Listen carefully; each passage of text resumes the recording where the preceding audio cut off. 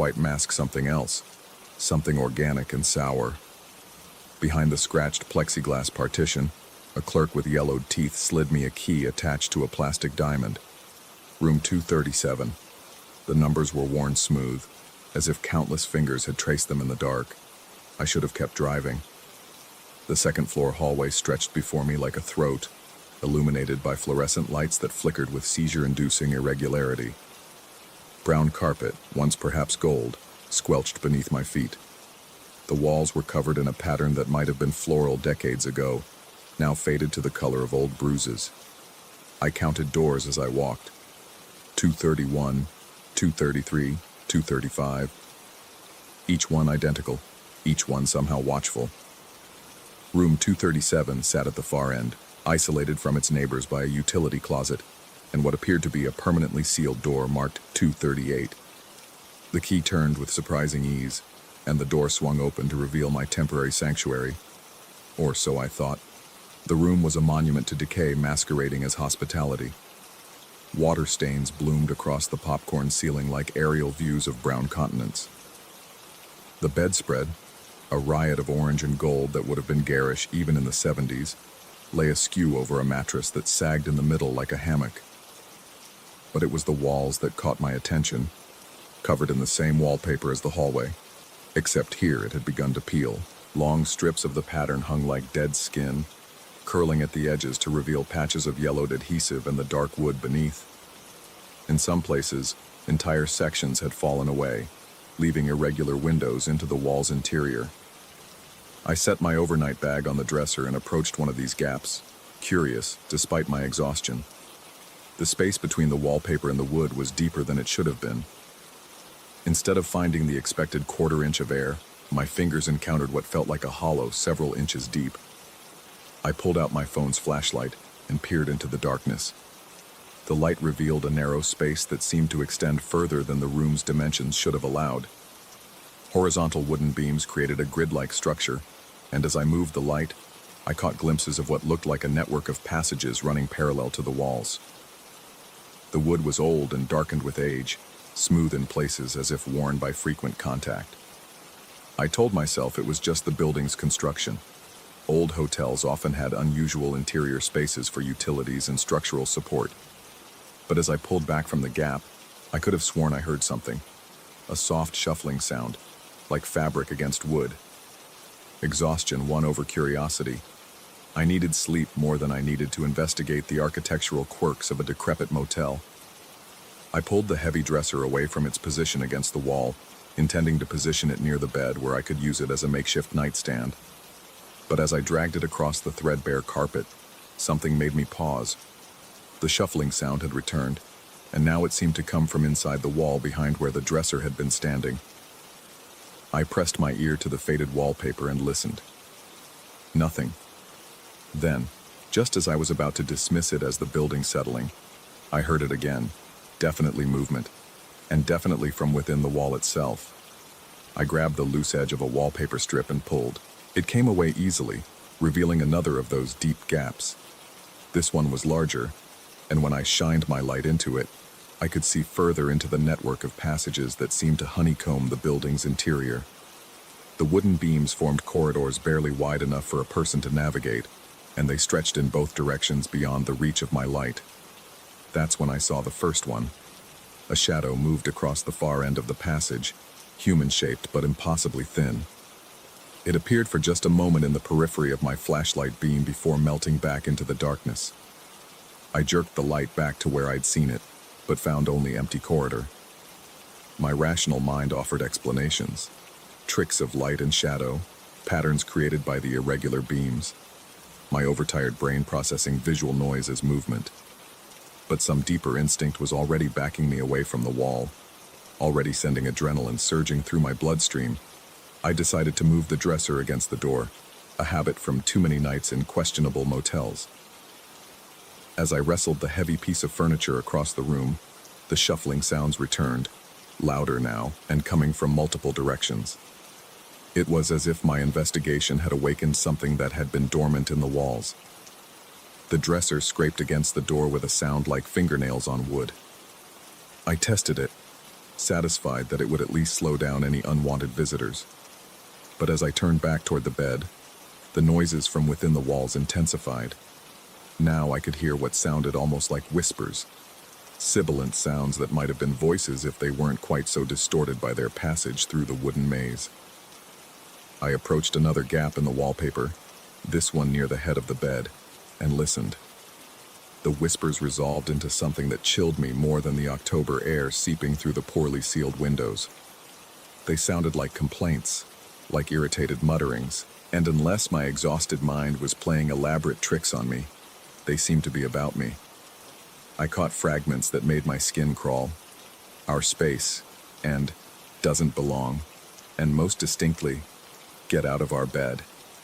I backed away from the wall, my heart hammering. The logical part of my mind insisted that I was experiencing some form of exhaustion-induced hallucination. I'd been driving for 3 days straight, living on gas station coffee and convenience store sandwiches. My brain was simply processing the ambient sounds of an old building through the filter of extreme fatigue. But the sounds were becoming more distinct, more purposeful. I could hear movement throughout the wall network now, as if multiple figures were navigating the hidden corridors. The whispers had grown more agitated, and I was certain I could make out more words. Sleeping. Our place. Make him leave. Against every instinct, I approached the largest gap in the wallpaper and peered into the passage. My flashlight illuminated the narrow corridor, and this time I was ready when a shadow moved across the far end. I kept the light steady, and for just a moment I saw it clearly. It was humanoid but wrong, elongated and flattened, as if someone had been compressed to fit through spaces too narrow for a normal person. The figure moved with fluid grace through the wooden framework, and when it reached a junction in the passages, it turned toward me. I couldn't make out features in the distance and dim light, but I had the unmistakable sensation of being observed. The figure raised what might have been an arm and pointed directly at me. Then it opened what might have been a mouth and issued a sound that was part whisper, part hiss, and entirely hostile. I stumbled backward, dropping my phone. The light spun crazily across the ceiling before settling on the floor, casting wild shadows that danced and writhed. When I scrambled to retrieve it and turned the beam back to the wall, the gap was empty, but the sounds had multiplied. Now I could hear movement throughout the walls. Not just one figure, but many. They seemed to be converging, moving through their hidden network toward my room. The whispers had become a chorus of irritated voices, all variations on the same theme. I was trespassing, I was unwelcome, I needed to leave. The most disturbing realization was that they seemed to know exactly where I was. As I moved around the room, the sounds followed me, tracking my position from within the walls. When I approached the bed, the whispers grew more agitated. When I moved toward the door, they became almost frantic. I sat on the edge of the bed, trying to process what was happening. The rational explanations were wearing thin. Even severe exhaustion couldn't account for the complexity and consistency of what I was experiencing. But the alternative, that the walls of this decaying motel were somehow inhabited by entities that could move through hidden passages, was equally impossible to accept. The bed springs creaked as I shifted my weight, and the sound triggered an immediate response from within the walls. The whispers exploded into angry hisses, and something began pounding against the wall behind the headboard. Not a gentle tapping or the random settling of old wood, deliberate, rhythmic blows that shook the thin wallpaper. I leaped off the bed as if it had become electrified. The pounding continued, joined by similar sounds from other walls. They were all around me now, these impossible inhabitants of the building's skeleton, and they were clearly agitated by my presence on what they considered their territory. Our bed, came a whisper that seemed to emerge from multiple gaps simultaneously. Get out of our bed. The voice was clearer now, though still distorted by its passage through the wooden maze. It sounded human but aged, worn thin like the wallpaper itself, and it was joined by others, creating a chorus of complaint and demand. I grabbed my overnight bag and headed for the door, but as I pushed against the dresser, the sounds in the walls reached a crescendo of rage. The pounding became violent, and I could see the wallpaper actually moving as something struck it from behind. Strips of paper began falling like dead leaves, revealing more and more of the gaps that led into their domain. That's when I realized my mistake. Each falling piece of wallpaper created another opening, another potential exit from their hidden world into mine. The entities had been contained within their network of passages, but my investigation and the vibrations from moving the dresser had weakened the barriers between their space and the room. Through the largest gap, I caught sight of movement much closer than before. One of the elongated figures was approaching the opening, moving with clear intent. As it drew near, I could see more details that made my stomach lurch. It was human in general shape, but stretched and flattened, as if it had been slowly compressed over years of moving through spaces too small for normal anatomy. Its face, when it turned toward me, was a grotesque caricature of human features. Eyes too wide, mouth too broad, everything distorted by whatever process had adapted it to life within the walls. It reached the gap and began to push through, its impossible anatomy allowing it to squeeze through an opening barely 3 inches wide. I could see others behind it, a queue of flattened humanity waiting their turn to emerge from their wooden prison. I shoved against the dresser with desperate strength, feeling it slide inch by inch away from the door. Behind me, I could hear the first entity pulling itself into the room with sounds like leather scraping against wood. The others were growing more agitated, their whispers becoming shrieks of excitement or rage. The dresser finally moved enough for me to squeeze through the door. I burst into the hallway, not bothering to close the door behind me, and ran for the stairs. The fluorescent lights flickered more violently than before, and I could swear I heard sounds of pursuit from within the walls of the hallway itself. I didn't stop running until I reached my car. My hands shook as I fumbled with the keys, and I kept glancing up at the second-floor windows, expecting to see flattened faces pressed against the glass. But the windows remained dark, and gradually the adrenaline began to subside. As I sat in my car, catching my breath and trying to process what had happened, I began to doubt my own memories. The exhaustion that had driven me to stop at the motel was still there, perhaps worse than before. Could I have experienced some kind of complete psychological break? Was it possible that my overtired mind had constructed an elaborate hallucination from the innocent sounds of an old building and the play of shadows in peeling wallpaper? I looked up at room 237's window one more time. For just a moment, I thought I saw movement behind the glass. Not the normal movement of someone walking past a window, but something sliding across the surface from the inside, as if pressed flat against the glass. Then the neon sign flickered off, plunging the motel facade into darkness, and I could see nothing at all. I drove through the night, stopping only when the sun was high enough to burn away the memory of shadows and whispers. But even now, months later, I find myself avoiding hotels with old wallpaper. And sometimes, when I'm lying in bed in the dark, I listen carefully to the sounds within the walls. Because once you know that the space between the surface and the structure might not be empty, you can never quite ignore the possibility that something might be moving through those hidden passages, looking for a way out. Or worse, looking for someone who has intruded upon their domain. The official explanation I've settled on is exhaustion-induced hallucination compounded by the natural sounds of an aging building. It's a perfectly reasonable explanation that accounts for everything I experienced. I just wish I could make myself believe it. Story 2. Fluorescent lights of the convenience store cast their harsh glow across the wet asphalt as I stepped outside, the familiar electronic chime fading behind me. October rain had turned the streets into mirrors, reflecting the scattered streetlights in wavering pools that seemed to shift and writhe with each passing car. I pulled my jacket tighter around my shoulders, the plastic bag containing my late-night purchases, energy drinks and instant ramen, the staples of any college student's diet, crinkling against my chest. The campus was only a 15-minute walk, but at this hour, past midnight, the route felt longer. The commercial strip gave way to residential streets lined with old oak trees, their branches creating a canopy that filtered the amber streetlight into dancing shadows. My footsteps echoed off the wet pavement, creating a rhythm that seemed to sync with my heartbeat. That's when I first noticed the headlights. They appeared in my peripheral vision as I turned onto Maple Street. Twin orbs of pale yellow light that seemed dimmer than they should be, like the glow from old incandescent bulbs, rather than modern halogens. I glanced over my shoulder but couldn't make out the vehicle itself, just those oddly muted lights maintaining a steady distance behind me. The rational part of my mind, the part trained by years of late-night study sessions and caffeine-fueled logic, dismissed it immediately. Cars drove down streets. That's what they did. The fact that this one happened to be traveling in the same direction I was walking meant nothing more than coincidence. But as I continued walking, something felt wrong.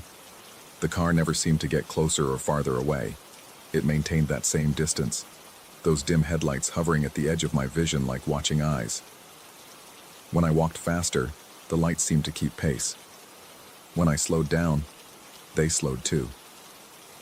I told myself I was imagining things, that the stress of midterms and too many sleepless nights was making me paranoid. I turned left onto Birch Avenue, my sneakers squeaking against the wet sidewalk. The headlights followed, making the turn with a smoothness that seemed almost mechanical, like they were on rails rather than controlled by human hands. The sound that should have accompanied the vehicle, the low rumble of an engine, the whisper of tires on wet asphalt, was absent, swallowed by the night's strange quietude. My pulse quickened, sending blood rushing through my ears with a sound like distant ocean waves. I could feel sweat beginning to form under my jacket despite the October chill, and my breathing became more shallow, more deliberate. The plastic bag crinkled with each step, the sound unnaturally loud in the silence. 3 blocks from campus, I decided to test my growing paranoia. At the next intersection, instead of continuing straight toward the university, I turned right onto a side street that would take me in a completely different direction. The headlights followed without hesitation, maintaining that same unsettling distance. My throat felt dry, and I swallowed hard, tasting the metallic flavor of fear. This wasn't coincidence anymore. Someone was following me, staying just far enough back to avoid identification while keeping me in sight. The street I'd chosen was darker than the main route, with fewer streetlights and houses set farther back from the road. If someone wanted to confront me, this would be the perfect place. I pulled out my phone, the blue glow of the screen feeling like a lifeline in the growing darkness. My fingers trembled slightly as I scrolled through my contacts, but who would I call? Campus security? The police? What would I tell them? That someone was driving behind me on a public street? The headlights continued their patient pursuit, and I noticed something else odd about them. They seemed to flicker occasionally, not like electrical problems, but like flames guttering in wind. And there was something about their positioning that struck me as wrong. They were too low to the ground, too wide apart, like they belonged to a vehicle from a different era. I turned onto another side street, then another, creating a random zigzag pattern that no one with legitimate business would follow. But the lights stayed with me, patient and persistent, never wavering from their position in my peripheral vision. My rational mind scrambled for explanations. Maybe it was someone from school playing a prank. Maybe it was a coincidence and the driver was just as lost as I was pretending to be. But deep down, in a place that existed before reason and logic, something primitive was screaming warnings. 4 blocks into my improvised route, I realized I was completely lost. The residential streets all looked the same in the darkness. Identical mailboxes, similar driveways, houses that blurred together in the dim light. Panic began to edge into my consciousness, a cold finger tracing up my spine. I was alone, lost, and being followed by someone who clearly had more patience than good intentions. I turned down what I hoped was another residential street, but this one felt different. The houses were farther apart, older, with deep yards that disappeared into shadows. The streetlights seemed dimmer here, casting pools of weak yellow light that barely touched the sidewalk. And still, those headlights followed, maintaining their vigil with mechanical precision. That's when it happened. I was passing under a large maple tree when the car behind me suddenly accelerated. I heard it for the first time then. Not the sound of a modern engine, but something deeper, rougher, like the growl of machinery from decades past. The headlights grew brighter, casting my shadow long and stark against the wet pavement ahead. I broke into a run, my sneakers slapping against the sidewalk, the plastic bag bouncing against my chest. Behind me, the engine noise grew louder, closer, and I could hear the whisper of tires on wet asphalt. But there was something wrong with the sound. It was too hollow, too echo-filled, like hearing music from the bottom of a well. I glanced back over my shoulder and felt my blood turn to ice water.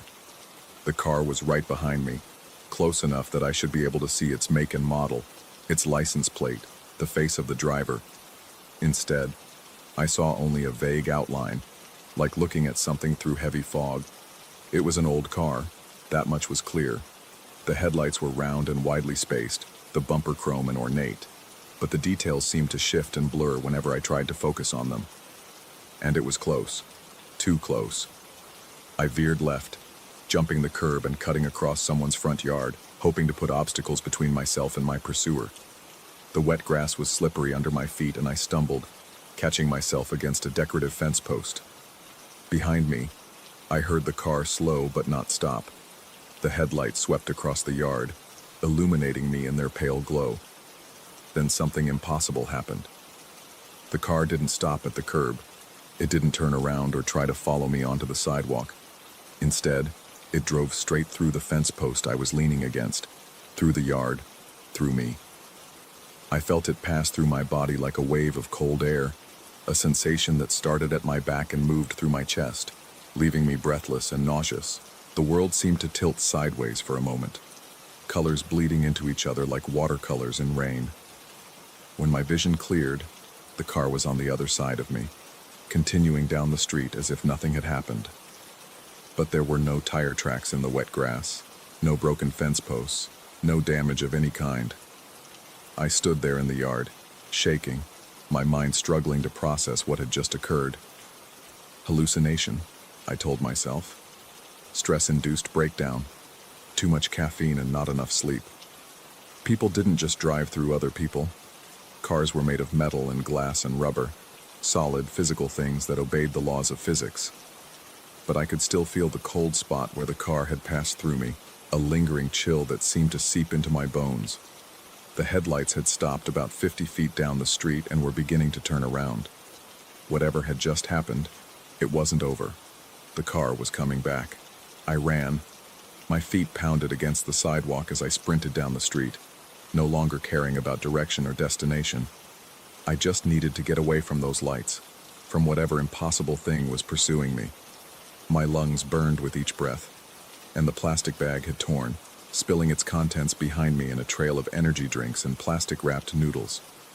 Behind me, I could hear the car following, its engine making that hollow, echoing sound that seemed to come from everywhere and nowhere at once.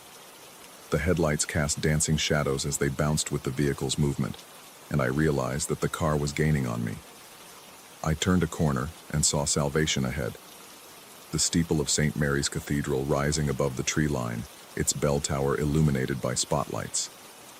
The church was still 6 blocks away, but it was something to aim for, a destination that felt safe in a way I couldn't articulate.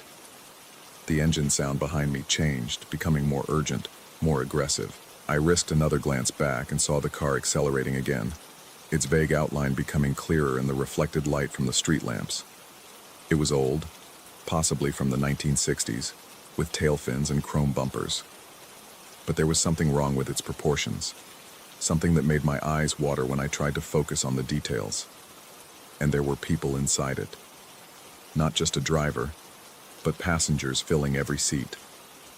I caught glimpses of pale faces pressed against the windows, mouths open as if they were screaming, though no sound reached me. Their eyes were dark holes in faces that seemed to flicker between solid and translucent, and they were all looking at me with an expression of desperate hunger. I ran harder, my chest burning with each breath. The church was getting closer, its bell tower growing larger against the night sky. 4 blocks. 3. The car behind me was close enough now that I could feel the cold radiating from it, a chill that had nothing to do with the October air. 2 blocks from the church, I felt something brush against my back. Not physical contact, but something colder and more invasive. The sensation spread through my body like ice water in my veins, and for a moment, I felt myself slowing down, as if my legs were moving through thick liquid instead of air. The faces in the car were clearer now, and I could see that they weren't really people anymore. They were impressions of people, shadows of what they had once been, trapped in an endless journey that had long ago ceased to have meaning, and they wanted me to join them. I forced myself to keep running, fighting against the strange lethargy that was trying to overtake me. The church was so close now that I could make out individual stones in its facade, could see the warm light spilling from its stained glass windows. But the cold was spreading through my body, making each step harder than the last. That's when I heard the bells. They started as a single chime, deep and resonant, echoing off the buildings around me. Then another and another, until the entire night was filled with their bronze voices calling across the darkness. The sound seemed to cut through the cold that had been creeping through my body, warming me from the inside out.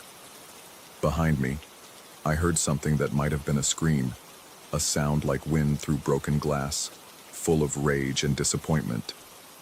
The headlights faltered, flickering like candle flames in a hurricane, and the engine sound began to fade.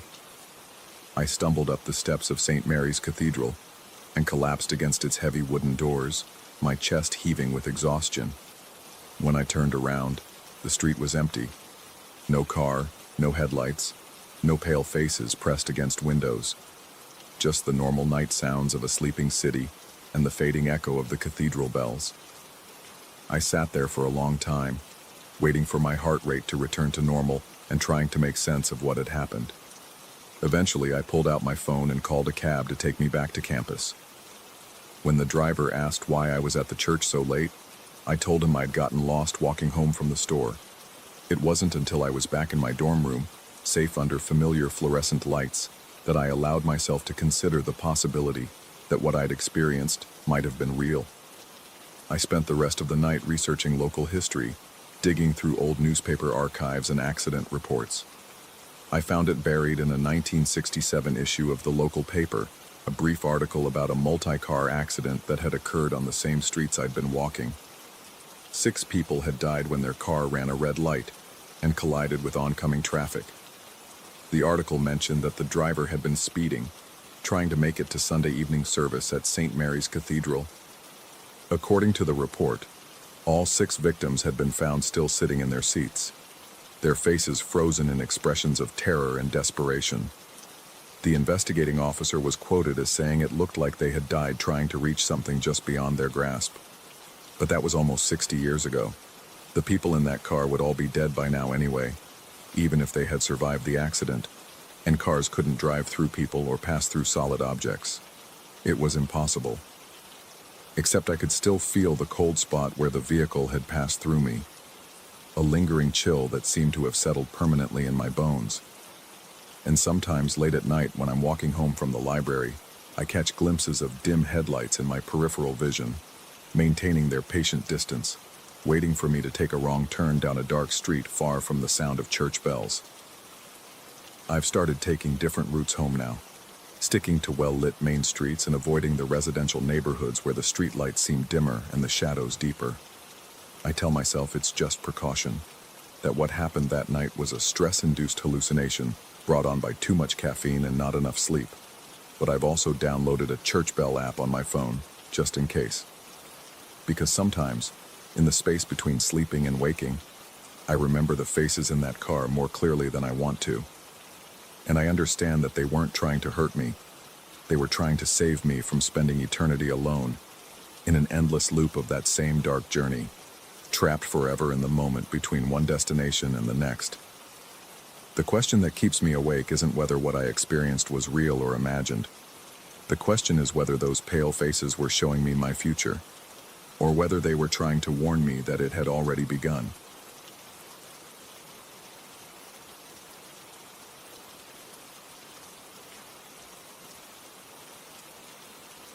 Story 3.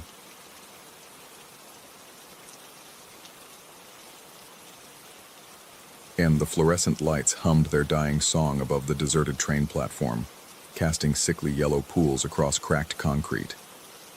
My backpack straps cut into my shoulders as I checked the departures board for the third time, 11:47 p.m., and my connecting train wouldn't arrive for another 43 minutes. The October air bit through my jacket, carrying the metallic taste of approaching rain and something else, something that made my nostrils flare with unease. 3 other passengers waited in the shadows between the overhead lights, but they might as well have been mannequins for all the life they showed. A woman in a business suit stared at her phone's glow, thumbs motionless. An elderly man clutched a newspaper against his chest like armor. A teenager in oversized headphones swayed to music only he could hear, or perhaps to something else entirely. The platform stretched in both directions, disappearing into tunnels that yawned like open mouths.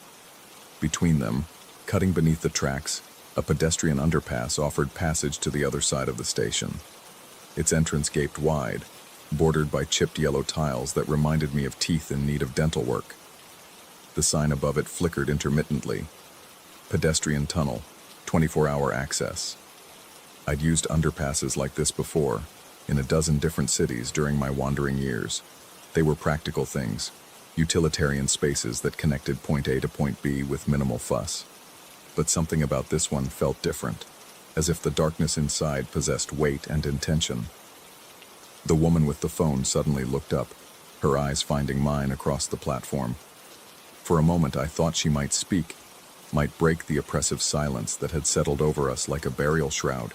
Instead, she gathered her things and hurried toward the exit stairs, her heels clicking in urgent staccato against the concrete. The sound echoed strangely, seeming to come from multiple directions at once before fading into the underground depths. That left 3 of us, or 4 if I counted the presence I couldn't quite locate, something that made the hair on my neck stand at attention, and my peripheral vision swim with movement that vanished when I turned to look. A train horn wailed in the distance, but not the horn of my train. This sound came from deep underground, from tunnels that shouldn't exist beneath the pedestrian passage.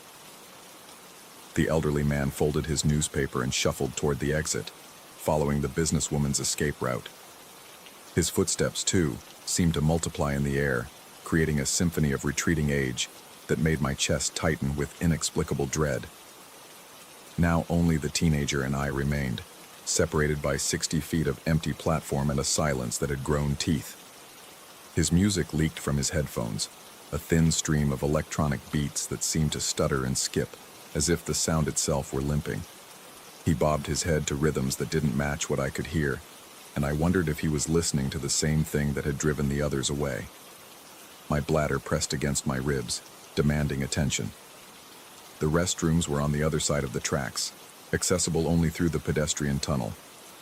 I could wait, should wait, but the discomfort grew with each passing minute, and the alternative, relief behind some shadowy corner of this platform, held even less appeal. I adjusted my backpack and approached the tunnel entrance. The temperature dropped by several degrees as I neared the mouth, and my breath began to mist despite the relative warmth of the October night.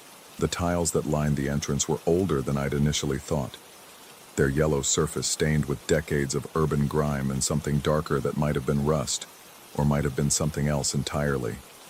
The fluorescent lights inside the tunnel flickered with the same irregular rhythm as the sign above, creating a strobe effect that made the passageway appear to pulse like a living thing.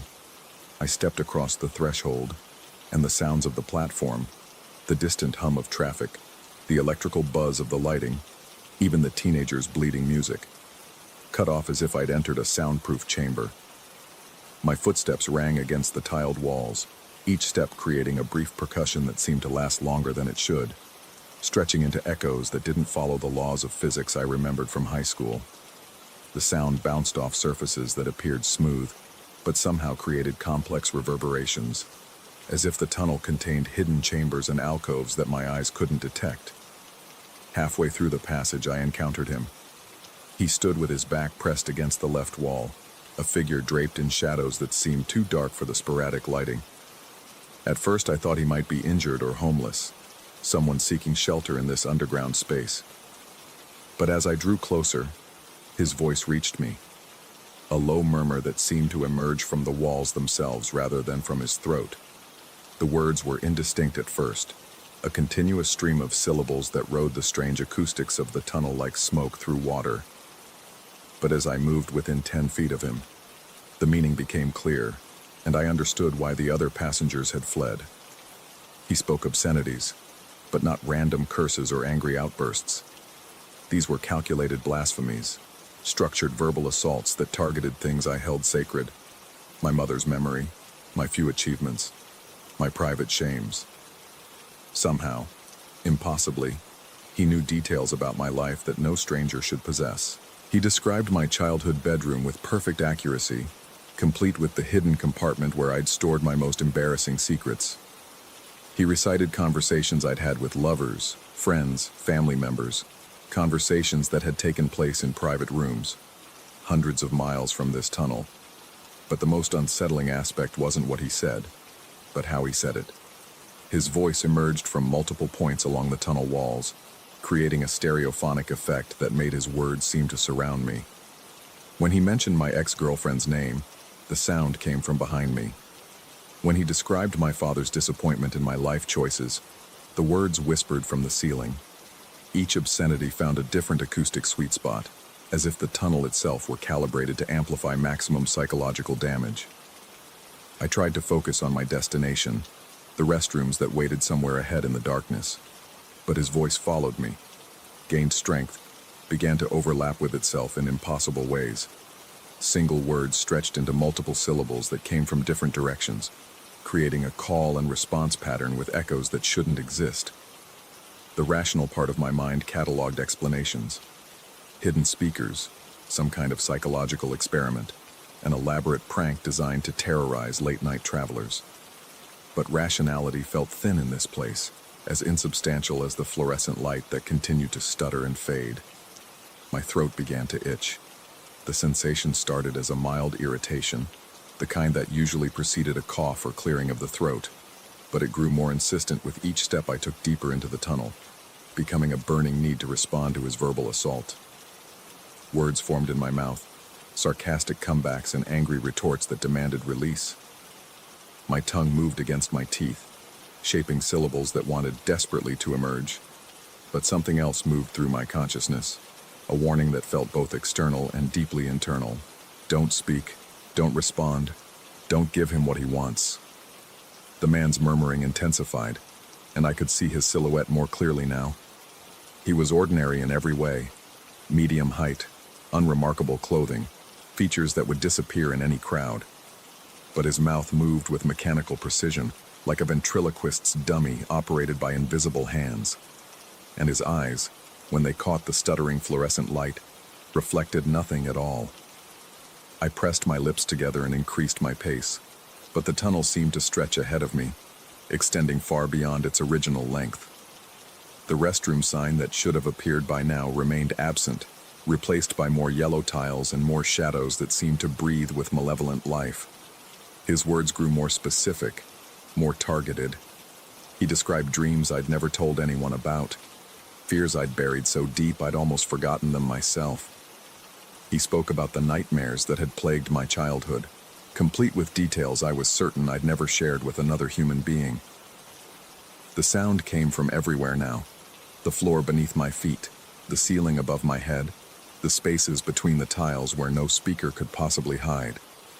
My throat burned with the need to respond, to defend myself against accusations that cut too close to truths I'd spent years avoiding. The words pressed against my lips like physical things, demanding release, promising relief if I would just open my mouth and let them out. But each time I came close to speaking, something held me back.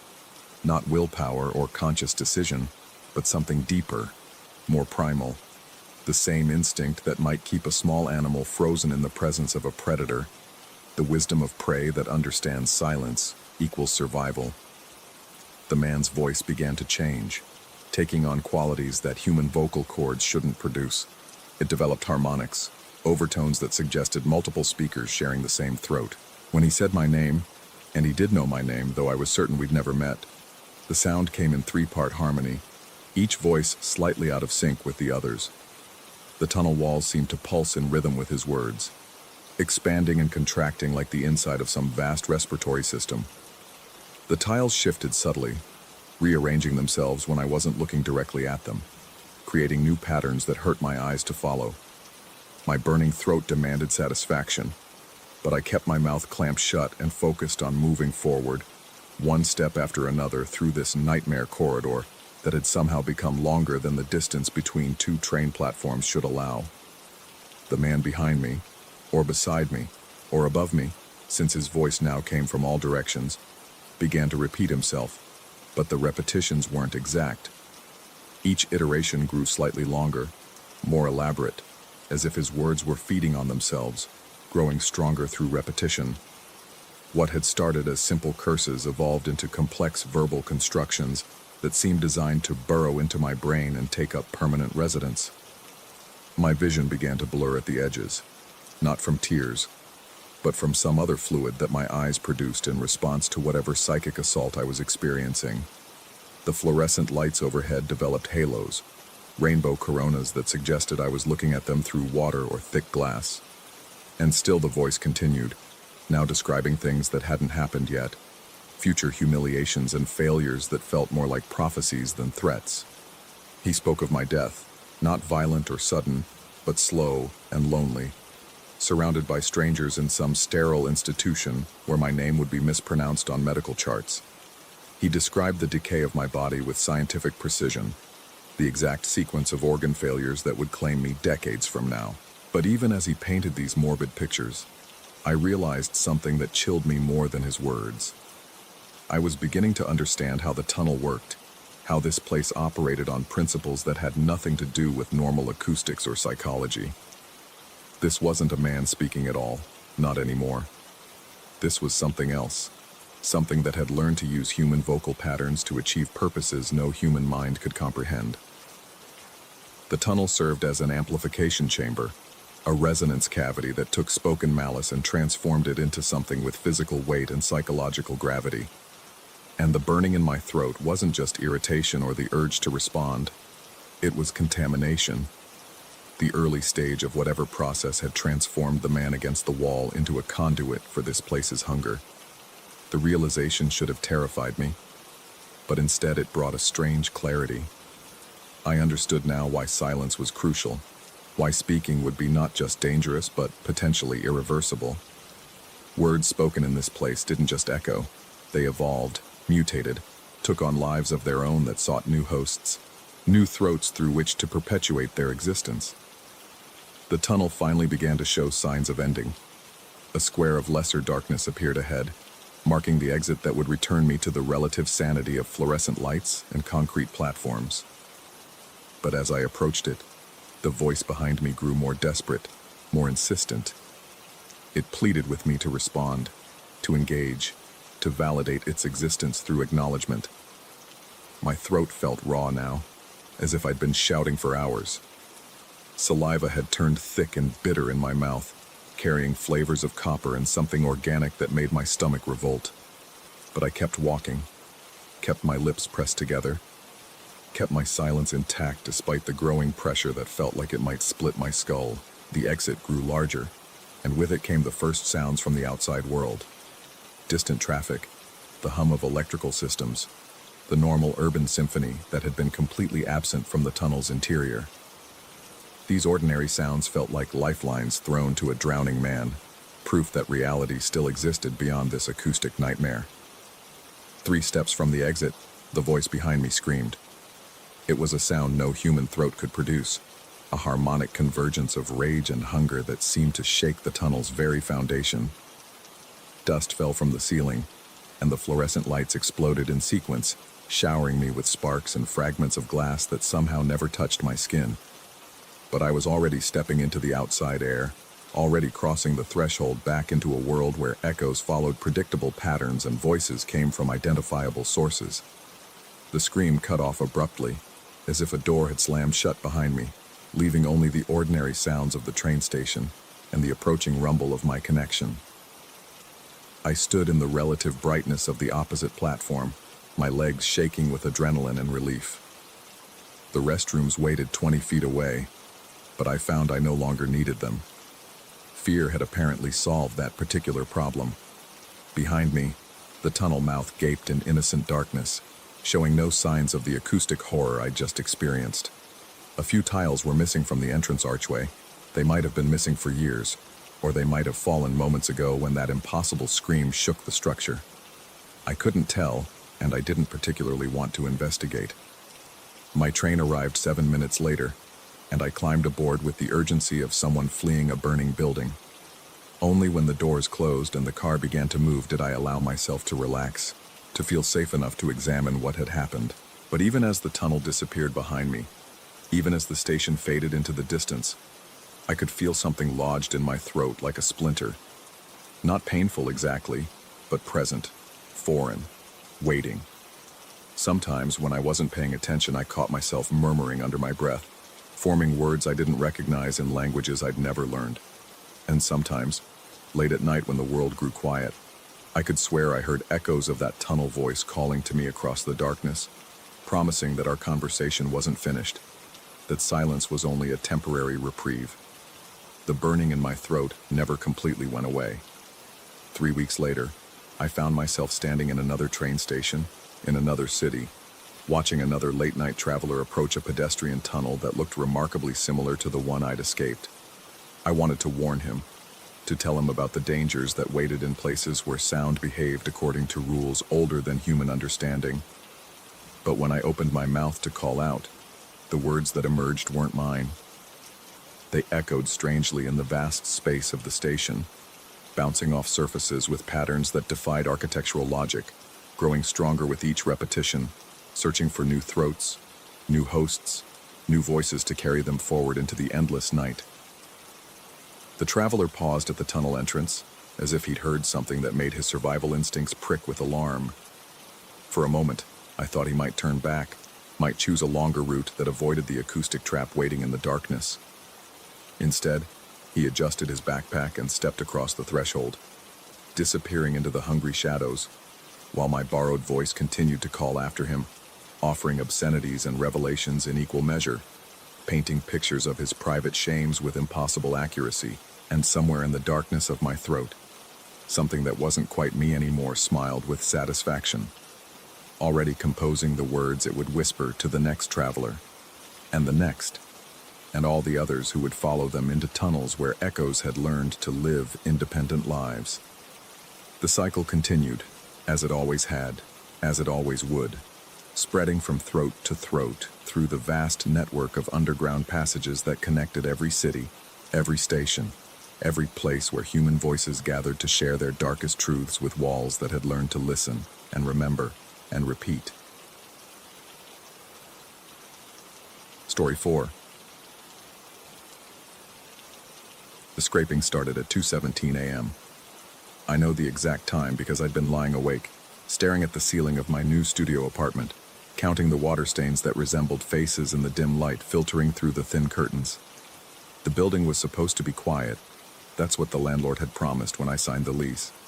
Perfect for creative types, he'd said with a yellowed smile that should have been my first warning. The sound came from directly above, a rhythmic scratching, like fingernails dragging across wood, followed by what I could only describe as painting. Long, deliberate strokes that seemed to echo through the walls themselves. I pressed my ear to the ceiling, and the noise became more distinct. Metal scraping against plaster, then the wet sound of a brush loaded with paint. By morning, dark circles had formed under my eyes like bruises. I climbed the narrow staircase to the second floor, noting how the hallway seemed to stretch longer than it should, and knocked on apartment 2B. The woman who answered was perhaps 40, with prematurely gray hair pulled back so tightly it stretched the corners of her pale eyes. She wore a paint-stained smock over what looked like a nightgown, even though it was nearly noon. When I mentioned the noise, she tilted her head with the curious expression of someone hearing a foreign language. Her response came slowly, as if translated from another tongue. She painted religious symbols for protection, she explained, and the work required darkness to be effective. The shadows were important, she said. They helped her see the angles properly. I returned to my studio more unsettled than when I'd left. That evening, I positioned myself near the ceiling with a glass pressed against the plaster, trying to decipher the pattern of sounds above. The scraping had rhythm, 3 short scratches, 1 long drag, pause, repeat. Between these intervals came the brushwork, accompanied by something that sounded almost like whispered counting. The third night, I couldn't stand it anymore. I climbed the stairs again, but this time I didn't knock. The door to 2B was slightly ajar, which struck me as odd given how carefully she'd answered my knock before. Through the gap, I could see nothing but blackness, not the dim darkness of a poorly lit room, but an absolute void that seemed to swallow light. I pushed the door open wider and stepped inside. The apartment was a mirror image of mine, but where mine had windows, walls, and furniture, hers had mirrors. Every surface, walls, ceiling, even the floor, was covered in mismatched mirrors of various shapes and sizes. But these weren't ordinary mirrors. Each one faced inward, toward the center of the room, and instead of reflecting light or images, they showed only darkness. It was as if they reflected not what was, but what wasn't. She stood in the center of this mirrored maze, painting symbols on the one remaining section of exposed wall. Up close, I could see they weren't crucifixes as I'd assumed, but something more complex. Geometric patterns that hurt to look at directly, as if they existed in too many dimensions for my eyes to process comfortably. When she noticed me, she didn't seem surprised. She simply continued painting while explaining, in that same slow, translated voice, that the mirrors helped her work. They showed her the spaces between things, the gaps where her echo demons lived. She'd been preparing this room for months, aligning each mirror to create the proper angles. Soon, she said, they would be able to manifest completely. I backed toward the door, but she stopped me with a raised hand. There was one mirror missing, she explained. The hallway mirror, the large one mounted between our doors. If that mirror were to break, or even crack, it would complete the circuit. The reflections would align perfectly, and her echo demons would have a clear path into our reality. Once that happened, everyone on this floor would be trapped in their own personal labyrinth of internal mirrors, seeing only what the demons wanted them to see. I fled. Back in my studio, I tried to rationalize what I'd witnessed. The woman was clearly disturbed, possibly suffering from some form of psychosis involving mirrors and religious imagery. The echo demons were obviously delusions, and her apartment was likely just an elaborate manifestation of mental illness. The mirrors probably reflected darkness because they were positioned at odd angles, or perhaps covered with some kind of film. But as the days passed, I began to notice things. The hallway mirror, which I'd never paid attention to before, seemed to watch me. When I passed by, my reflection appeared normal, but I could swear I saw movement in the periphery, shapes that shifted just outside my direct line of sight. Sometimes, when I approached from a certain angle, the mirror showed not just my reflection, but hints of other images. Geometric patterns that reminded me of the symbols I'd seen her painting. Angles that folded in on themselves impossibly. The scraping sounds above continued, but now I could hear them during the day as well. More disturbing was the realization that the sounds weren't just coming from above. They seemed to emanate from within the walls themselves, as if the entire building had become resonant chamber for whatever she was doing up there. I started avoiding the hallway mirror, taking the stairs two at a time and keeping my eyes down. But even then, I could feel it pulling at my peripheral vision, demanding attention. When I finally gathered the courage to look directly at it, I understood why. The mirror was developing cracks. They were small at first, hairline fractures that spread outward from the center like a spider web. Each day they grew more pronounced, and with each new crack, the strange reflections became more vivid. I could see them clearly now, vast geometric spaces that seemed to exist behind the glass, populated by shadows that moved with purpose and intelligence. I researched the building's history and discovered that 2B had been vacant for nearly 6 months before my neighbor moved in. The previous tenant had been found wandering the streets, speaking incoherently about mirrors and angles. He'd been committed to a psychiatric facility where he remained, drawing complex geometric patterns on any surface he could find, and insisting that something was watching him through the walls. The night the mirror finally broke, I was ready. I'd positioned myself in the hallway with a baseball bat, determined to destroy the mirror before it could complete whatever circuit my neighbor believed it would create. But when the final crack spread across its surface with a sound like breaking bones, I found myself unable to move. The mirror didn't shatter. It simply ceased to reflect anything recognizable. Instead, it became a window into that geometric space I'd glimpsed in fragments, and through that window I could see them. They weren't demons in any classical sense.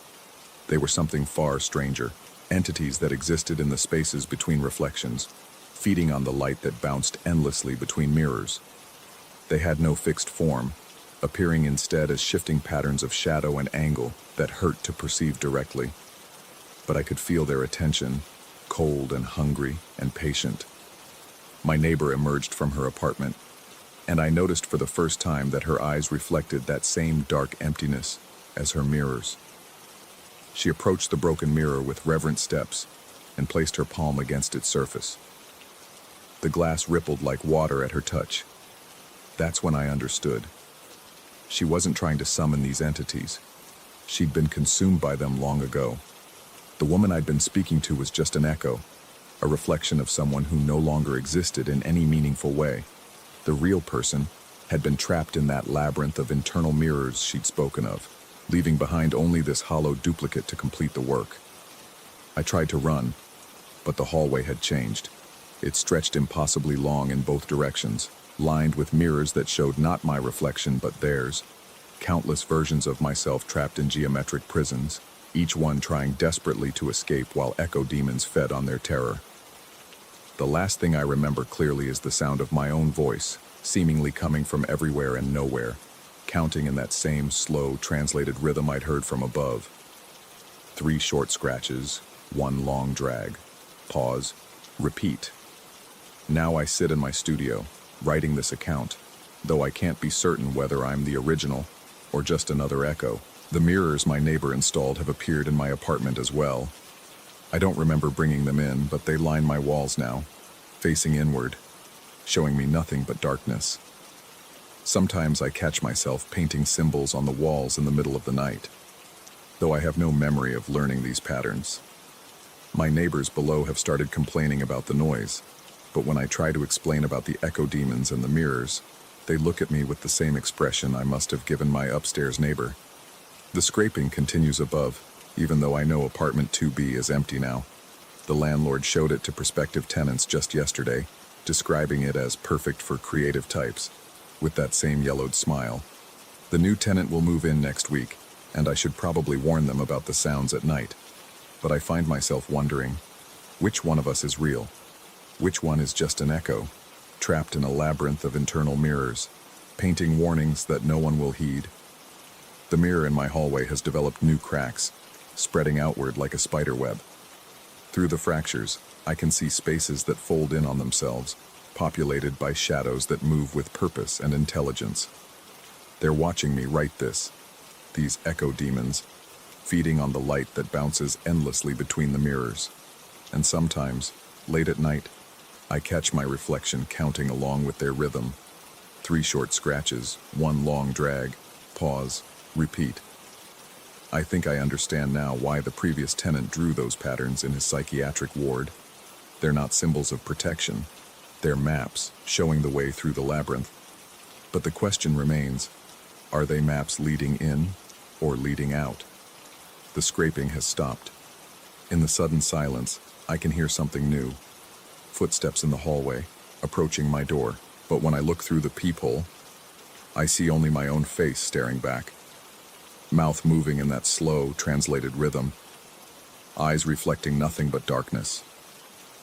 The echo demons have found their perfect angle at last. Story 5. The floorboards above my head groaned with deliberate weight. I jerked awake in the narrow bed, my sketching hand still cramped around the charcoal pencil I'd fallen asleep clutching. The recovery hadn't been going well. 3 weeks in this rented farmhouse outside Millau, and my mind still felt fractured, unable to focus on anything but the simplest line drawings. The doctor had prescribed rest, isolation, time to heal from what the insurance forms diplomatically called a creative breakdown. Another footstep, then another. The ceiling timbers protested with each measured pace. dust motes dancing in the pale morning light filtering through the gauze curtains. Someone was walking across the upper floor of a house that supposedly had no upper floor accessible from the inside. When I'd first arrived, the elderly caretaker had mentioned the old grain loft in halting English, gesturing vaguely upward before adding that the interior stairs had been removed decades ago. I sat up, my heart hammering against my ribs like something trying to escape. The footsteps continued their deliberate circuit, heel, toe, following what seemed to be the perimeter of the room above. Measuring, searching. The walking stopped. In the sudden silence, I became aware of other sounds. Rain beginning to patter against the windows, the distant rumble of thunder rolling across the valley. Another storm approaching. They'd been frequent lately, violent affairs that turned the pastoral countryside into something primordial and threatening. I forced myself to stand, bare feet meeting the cold stone floor. My easel stood nearby, yesterday's unfinished sketch still clipped to it. A simple drawing of the kitchen window that had somehow become distorted in the making, the proportions subtly wrong, as if viewed through water or fever dreams. My hand had been shaking more lately, the medications making everything feel distant and unreal. The front door stood open. I hadn't heard it open, hadn't heard anyone enter or leave. But there it was, morning mist drifting across the threshold like smoke, carrying the scent of rain-soaked earth and something else. Something organic and unsettling, like mushrooms growing in dark places. Muddy footprints tracked across the stone floor, each print distinct and deliberate.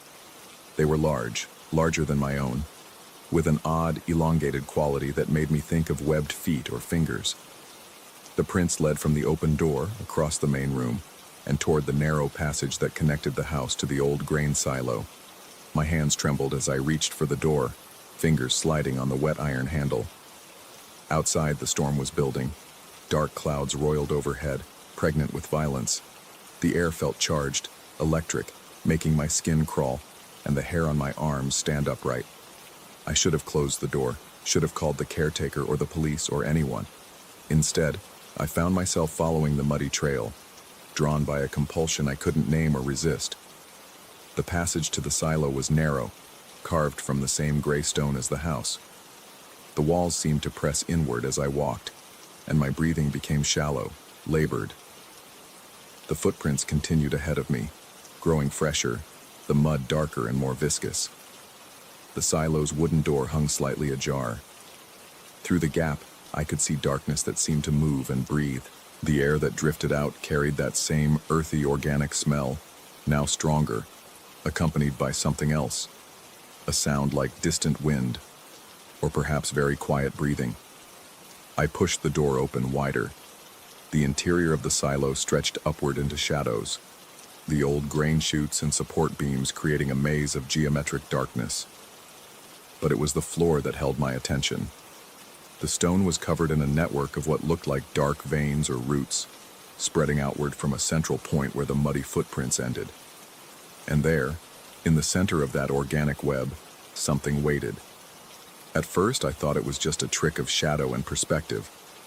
But as my eyes adjusted, I began to make out a form. Tall, impossibly thin, with limbs that seemed to bend in too many places. It stood perfectly still, facing away from me, but I had the unmistakable sensation that it was aware of my presence. The storm broke overhead with a crack of thunder that shook the entire structure. Rain began to hammer against the silo's roof, and as it did, the figure began to change. What I had taken for shadow seemed to gain substance, becoming more solid, more real. The dark veins on the floor pulsed with a rhythm that matched my heartbeat, and the temperature in the small space began to drop. I backed toward the door, but my legs felt heavy, unresponsive. The cold was spreading through me, not the clean cold of winter air, but something deeper, more invasive. It felt like being drained, like something was pulling the warmth from my bones. The figure turned. Where its face should have been, there was only a suggestion of features, as if someone had tried to sculpt a human head from fog and rain. But the eyes, if they were eyes, seemed to glow with their own pale light, and when they fixed on me, I felt something fundamental shift inside my chest, as if my heart had forgotten how to beat properly. It began to move toward me with that same deliberate gait I'd heard overhead, each step causing the dark veins on the floor to pulse brighter. The cold intensified, and I realized with growing horror that I could see my breath, could feel ice crystals forming on my eyelashes. I ran. Back through the passage, stumbling and gasping, the sound of rain growing louder with each step. Behind me, I could hear something following. Not footsteps now, but a sound like wind through leaves, or perhaps the whisper of fabric against stone.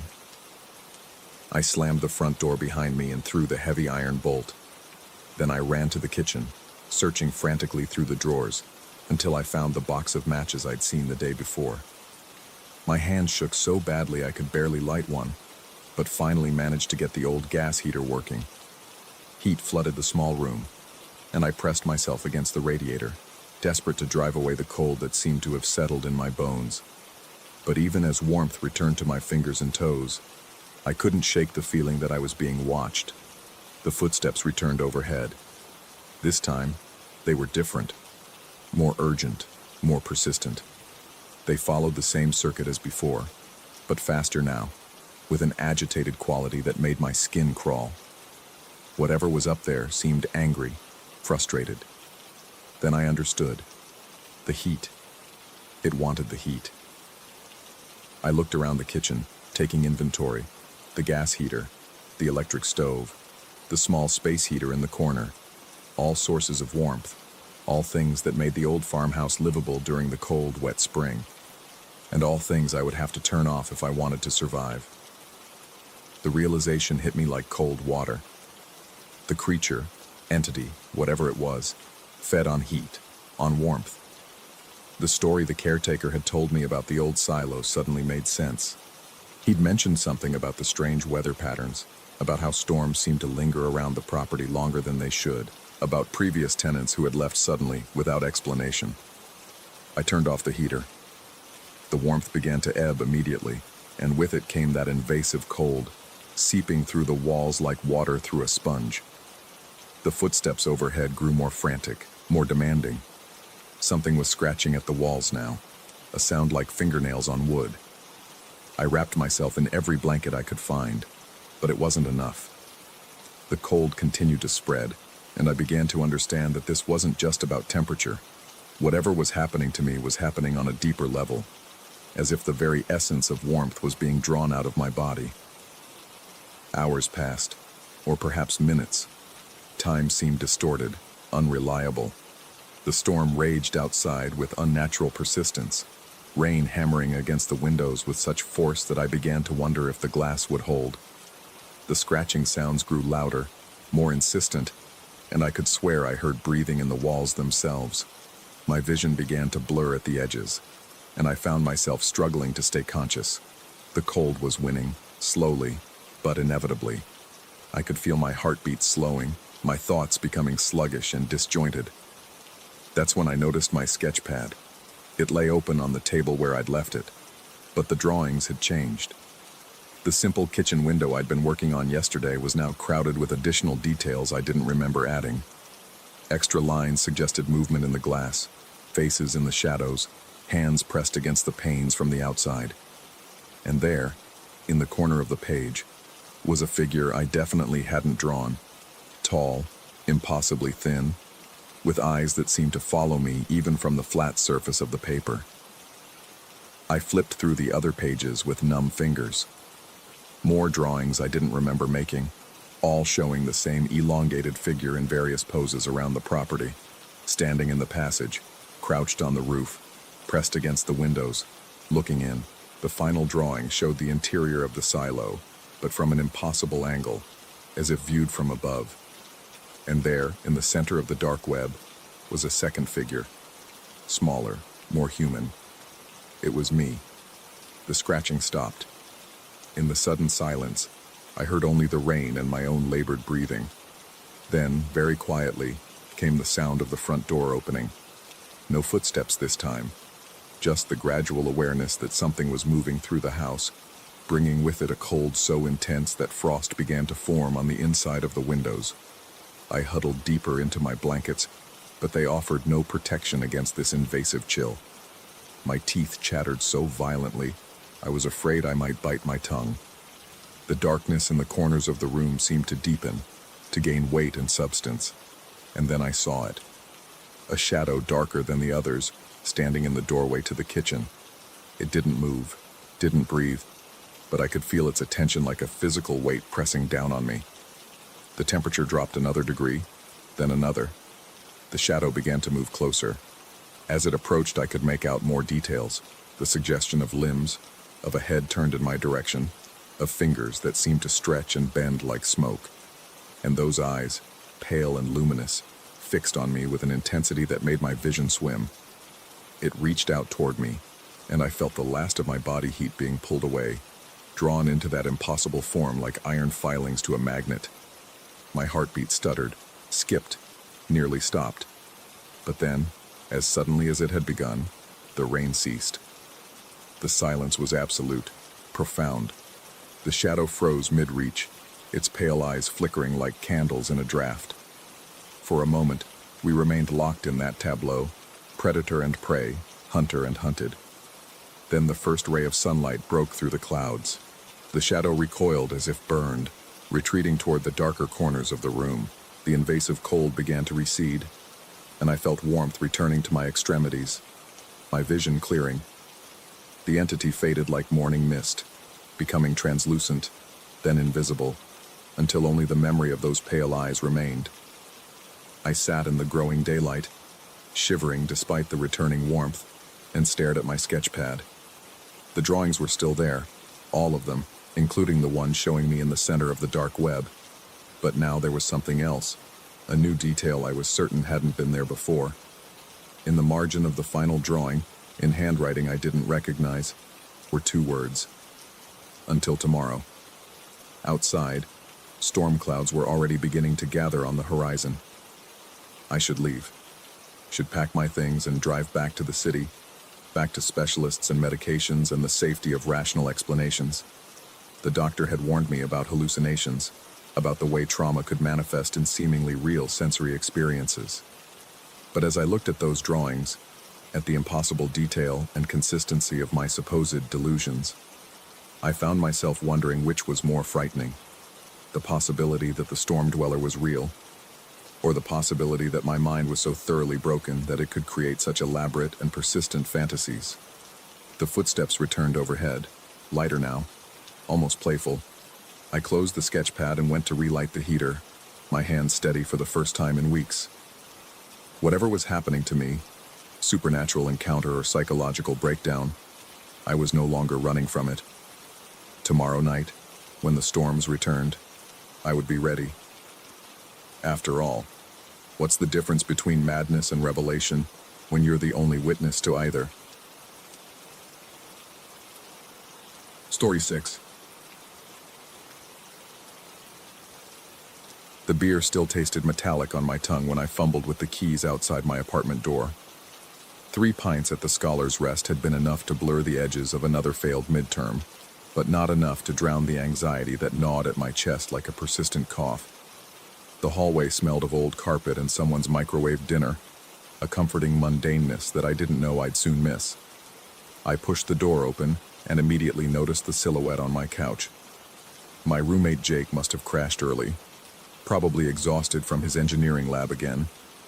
The figure lay motionless, curled on its side facing away from me, covered by what looked like my old gray blanket. I could barely make out the dark outline against the pale upholstery and the dim light spilling from the street lamp outside. I considered saying something, but the apartment felt heavy with sleep, and my head still buzzed with alcohol and fatigue.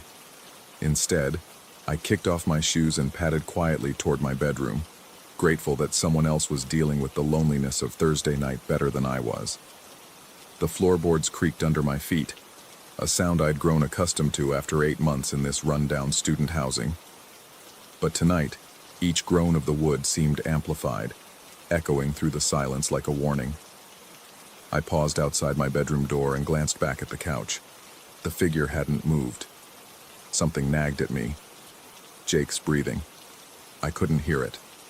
I stood there for a long moment, listening to the ambient sounds of the building, the hum of the refrigerator, the distant murmur of a television from the apartment below, the occasional car passing on the street. But from the couch, nothing. Not even the whisper of fabric shifting with breath. The alcohol made my thoughts sluggish, but unease prickled along my spine like ice water. I took a step back toward the living room, squinting in the darkness. The shape on the couch remained perfectly still, unnaturally so. When people sleep, they move. Subtle shifts, the rise and fall of breath, the unconscious adjustments that come with dreaming. This figure possessed the absolute stillness of an object. I reached for the wall switch, my hand trembling slightly. The sudden flood of light made me blink, and when my vision cleared, I found myself staring at an empty couch. The gray blanket lay crumpled exactly where I'd seen the sleeping form, still holding the suggestion of a human shape in its folds. My heart stuttered. I swept my gaze across the small living room, the kitchenette, the bathroom door, the closet. Nothing. No one. The apartment felt hollow, as if it had been empty for hours. I must have imagined it. The beer, the stress, the exhaustion, they'd conspired to create a shadow where none existed. I'd heard about college students hallucinating from sleep deprivation and substance use. It happened all the time. I tried to convince myself as I turned off the light and retreated to my bedroom, but my hands still shook as I closed the door behind me. I changed into sweatpants and an old t-shirt, brushing my teeth in the small mirror above my dresser. My reflection looked pale, eyes ringed with dark circles. I'd been pushing too hard, staying up too late, drinking too much. The semester was getting to me more than I'd admitted, but as I climbed into bed, I couldn't shake the memory of that absolute stillness. The way the figure had seemed to absorb light rather than reflect it. The sensation that I was looking at something that shouldn't have been there. I lay staring at the ceiling, listening to the building settle around me. The heating system clicked on with a mechanical wheeze. Footsteps moved across the floor above. My upstairs neighbor heading to bed. Normal sounds. Familiar sounds. Then I heard it. A soft, rhythmic tapping coming from beneath my bedroom door. Not knocking exactly, but a gentle percussion, like fingertips drumming against wood. Tap, tap, tap. Pause. Tap, tap, tap. Pause. I sat up in bed, my pulse quickening. Jake must have come home while I was getting ready for bed. Maybe he was trying to get my attention without waking me, thinking I was already asleep. But the tapping continued with mechanical precision, too regular to be human. No one maintained that exact rhythm for so long. It reminded me of a metronome, each sequence identical to the last. I slipped out of bed and approached the door, my bare feet silent on the cold floor. The tapping stopped immediately, as if whatever was making the sound had heard me moving. I pressed my ear against the door, straining to listen. Nothing. The silence stretched on, thick and expectant. I reached for the doorknob, then hesitated. Something about the sudden cessation of sound felt wrong, like a predator freezing when it realizes it's been detected. When I finally opened the door, the hallway was empty. The living room beyond lay in darkness, undisturbed. No sign of Jake or anyone else. I flicked on the hall light and checked his bedroom, still empty, bed unslept in. I was alone in the apartment. I had been alone the entire time. The realization hit me like cold water. Whatever I'd heard, whatever I'd seen on the couch, it existed only in my head. The stress was getting worse than I'd thought. I needed to see someone, maybe the counseling center on campus. This wasn't normal. I turned to go back to my room and froze. There, at the base of my bedroom door, a thin shadow stretched across the threshold. Not my shadow. I was standing to the side, and the hallway light cast my silhouette in a completely different direction. This shadow was long and narrow, with what looked like extended fingers reaching into my room. I stepped sideways. The shadow didn't move. I waved my hand. The shadow remained perfectly still. My breath caught in my throat as I noticed details that made my skin crawl. The shadow wasn't just dark. It was an absolute void. blacker than the absence of light should have been, and those finger-like projections were too long, too thin, stretching impossibly far into my room. I knelt down, my heart hammering, and reached toward the shadow. My hand passed through empty air. There was nothing there, no obstruction, no object casting the shadow, just the visual impression of darkness against the floor. I backed away, my rational mind scrambling for explanations. A trick of the light, a stain on the floor I'd never noticed, some optical illusion created by the angle of the hallway fixture. But even as I told myself these things, I could see the shadow more clearly. It had depth, texture, as if it were made of something denser than ordinary darkness. I turned off the hallway light and hurried back into my bedroom, slamming the door behind me. In the darkness, I fumbled for my desk lamp and switched it on. The warm circle of light felt like a protective barrier, pushing back the oppressive darkness that seemed to press against the windows. But even with the light on, I couldn't shake the image of those impossibly long fingers stretching under my door. I grabbed my phone and scrolled through my contacts, looking for someone to call. Anyone who might still be awake, who could talk me through whatever breakdown I was having. That's when I noticed the shadow under my door had returned. Even with my desk lamp on, even with light spilling across the floor, the dark shape stretched into my room. This time I could see it more clearly. Not just fingers, but what looked like an entire arm, elongated and distorted, reaching toward my bed. I pointed my phone's flashlight at the door. The beam passed right through the space where the shadow appeared to be, revealing only empty floor. But I could still see it, superimposed over reality like a double exposure, darker than anything around it. My hands shook as I dialed Jake's number. It went straight to voicemail. I tried my friend Marcus from biology class. No answer. The isolation felt suffocating, as if the apartment had been cut off from the rest of the world. I set the phone down and stared at the shadow. As I watched, it began to move. Not quickly, but with deliberate purpose, the dark shape spread further into my room. The fingers, or what my mind interpreted as fingers, extended toward the foot of my bed. I could hear my own breathing, shallow and rapid, but nothing else. No sound accompanied the shadow's movement. I pressed myself against the wall, as far from the door as possible. This wasn't real. It couldn't be real. Shadows didn't move independently. They didn't exist without objects to cast them. They didn't reach across rooms like living things. But even as I repeated these facts to myself, the shadow continued its inexorable approach. It moved like liquid darkness, flowing across the floor with organic fluidity. When it reached the base of my bed, it paused, as if considering its next move. Then it began to rise. The shadow lifted from the floor, climbing the side of my mattress like smoke given weight. I watched in paralyzed fascination as it took on more definition, developing what looked like shoulders, a torso, the suggestion of a head. It was becoming three-dimensional, gaining substance even as it remained impossibly dark. I scrambled off the bed, nearly tripping over my discarded clothes. The shadow figure continued to rise, now sitting on my mattress exactly where I had been lying moments before. It had no features, no details, just the human-shaped absence of light. But I could feel its attention on me, cold and predatory. My rational mind screamed that this was a hallucination, a symptom of some kind of psychotic break. But my body responded to a deeper, more primitive understanding. Every instinct told me I was in the presence of something that shouldn't exist, something that meant me harm. The shadow began to turn toward me. I bolted from the room, not bothering to close the door behind me. In the living room, I fumbled for the main light switch, flooding the space with harsh fluorescent brightness.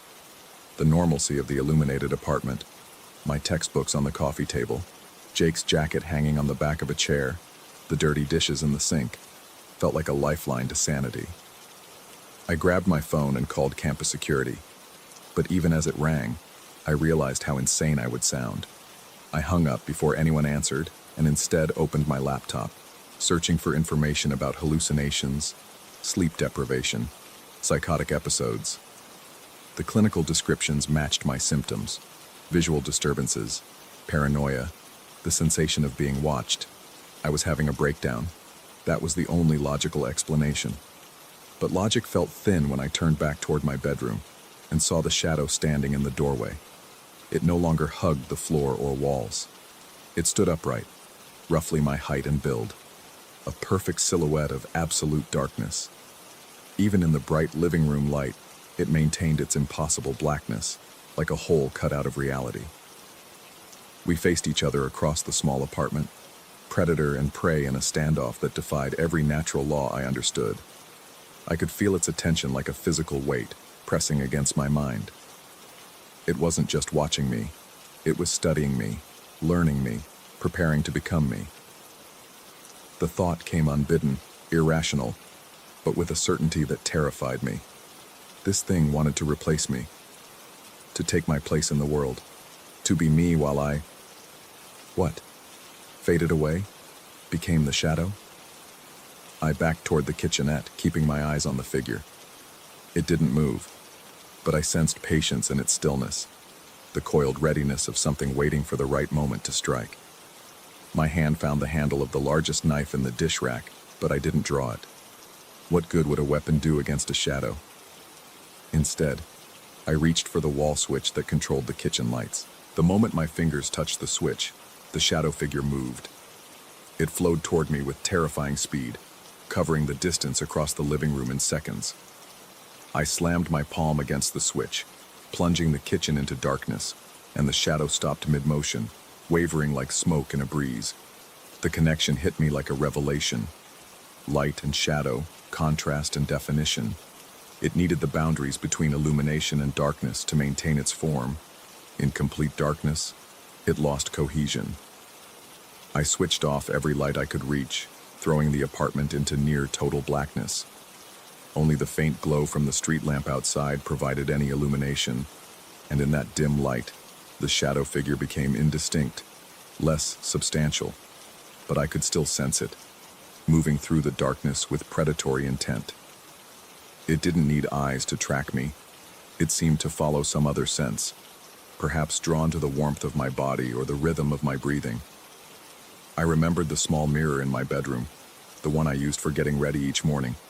It was old, tarnished around the edges, its surface dark enough to reflect shadows instead of light. If this thing was somehow real, if it operated by rules I didn't understand, maybe it could be trapped in its own reflection. I crept through the dark apartment, guided by memory and the faint light from outside. Behind me, I could hear something moving. Not footsteps exactly, but the whisper of presence, the displacement of air that suggested something large and patient following in my wake. In my bedroom, I fumbled for the mirror on my dresser. My hands found the familiar rectangular frame, and I lifted it carefully, turning to face the darkness where I sensed the shadow waiting. At first, I saw nothing in the mirror's surface. Then, gradually, a shape began to resolve in the tarnished glass, darker than the surrounding darkness, more solid than the shadows cast by furniture and walls. The reflection showed the figure clearly, standing just a few feet away, arms slightly outstretched as if reaching for me. I held the mirror steady, angling it to catch the shadow's reflection fully. For a moment, nothing happened. Then the figure in the mirror began to move, but not in sync with anything in the room. It turned within the glass, looking around as if confused, then pressed against the surface from the inside. The shadow in my room flickered, becoming less distinct.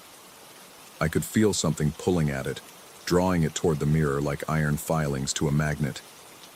The figure struggled, its form wavering between substance and emptiness, but the reflection grew stronger, more defined. With a sensation like air being sucked from the room, the shadow collapsed inward and vanished. The mirror's surface rippled once, like disturbed water, then went still. In the dark glass, I could just make out a shape pressed against the inside of the reflection, a human silhouette trapped in perpetual darkness. I set the mirror face down on my dresser and backed away, my heart still pounding. The apartment felt empty again. Normal. Outside, dawn was beginning to creep across the sky, painting the windows with pale light. I called in sick to my morning classes and spent the day researching everything I could find about shadows, reflections, and psychological phenomena. I found articles about mass hysteria, sleep paralysis, and shared delusions. I read about college students cracking under pressure, experiencing episodes that felt real, but existed only in their minds. By evening, I had almost convinced myself that the entire experience had been an elaborate hallucination brought on by stress, alcohol, and sleep deprivation. Almost. But I kept the mirror face down, and I made sure every light in the apartment was working before night fell. Jake returned that evening, complaining about a weekend trip with his fraternity brothers that had run longer than expected. He seemed normal, concerned about my pale appearance but accepting my explanation about food poisoning. We ordered pizza and watched a movie, and the apartment felt safe again, inhabited by normal sounds and conversations. It wasn't until Jake mentioned the prank that everything shifted back into uncertainty. He laughed about it over dinner, describing how some of his frat brothers had hired what they called a shadow service, some kind of performance art troupe that specialized in elaborate pranks using projection technology and optical illusions. They'd targeted several apartments in our building as part of an initiation challenge, creating the appearance of impossible shadows and shapes to mess with residents' heads. The whole point was to make people question reality, Jake explained, grinning. Some kind of psychological experiment disguised as a prank. Pretty messed up, but you've got to admit it's creative. I listened to his explanation with growing unease. It answered everything: the shadow on the couch, the figure in my room, the impossible movements. It had all been an elaborate illusion, designed to manipulate my perception and exploit my exhaustion. I should have felt relieved. Instead, I felt only a cold certainty that Jake was lying. His smile was too bright, his explanation too convenient. And when he thought I wasn't looking, I caught him glancing at the mirror on my dresser with an expression of puzzled frustration, as if something he expected to find there was missing. That night, I lay awake listening to Jake move around the apartment. His footsteps seemed different, too light, too careful, as if he were still learning how to walk in his own body. When he spoke, his voice carried the right words, but lacked the familiar inflections I'd grown accustomed to over months of shared living. In the morning, I found him standing motionless in the kitchen, staring at his reflection in the toaster's chrome surface. When I spoke his name, he startled and turned to me with an expression of momentary confusion, as if he'd forgotten who he was supposed to be. "Just checking my hair," he said, but his laugh sounded hollow. I moved out of the apartment the following week, claiming family issues that required my immediate attention. Jake didn't seem particularly upset by my departure, accepting my explanations with the same bright, artificial smile.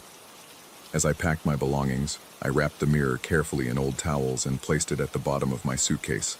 I still have it, kept face down in the back of my closet. Sometimes late at night, I hear faint tapping sounds coming from the direction of that closet, a soft rhythmic percussion that reminds me of fingers drumming against glass. When I unwrap the mirror and look into its dark surface, I can see a shape moving in the depths of the reflection, pressing against the boundaries of its prison. But I'm never sure if the trapped figure is the shadow that invaded my apartment, or if it's me, the real me, locked away while something else wears my face and lives my life. The uncertainty gnaws at me, growing stronger each day as I notice small changes in my own behavior, moments of confusion about my own identity. Jake still texts me occasionally, casual messages about classes and weekend plans. His words feel authentic, his concern genuine. He sounds more like himself in those messages than he did during my final days in the apartment. Maybe the prank explanation was real. Maybe I did have a breakdown and imagined the entire experience. Maybe the mirror holds nothing but shadows and reflections, and my current fears are just the lingering effects of a trauma that existed only in my mind. But late at night, when I catch my reflection in bathroom mirrors or storefront windows, I sometimes see something that doesn't quite match my movements. A slight delay, a different expression, as if the reflection is learning to mimic me rather than simply showing what's there. And I remember the absolute stillness of that figure on my couch, the impossible darkness of its form, the patient, predatory intelligence behind its movements. I remember the sensation of being studied, evaluated, and ultimately replaced. The truth, I've come to realize, might be irrelevant. Whether the shadow was real or imagined, whether I'm experiencing supernatural persecution or psychological breakdown, the result is the same. I no longer trust my own perceptions, my own memories, my own identity. Perhaps that was always the point. Perhaps the most effective way to steal someone's life isn't to replace them with something obviously false, but to make them question whether they were ever real to begin with. The mirror remains wrapped in my closet, and I tell myself I keep it as evidence, proof of what happened that night. But sometimes I wonder if I'm really the one keeping it, or if something else is making sure it stays close, waiting for the right moment to reverse our positions. After all, shadows are patient things. They can wait in darkness for as long as necessary, growing stronger while the light gradually fades. And every day I feel a little less substantial, a little more like something that might disappear entirely if the light hit me just right.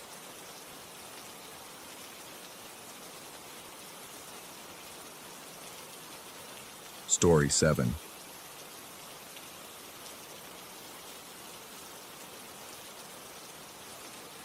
The streetlights had surrendered to the creeping dusk hours ago, their yellow halos now weak and sickly against the gathering darkness.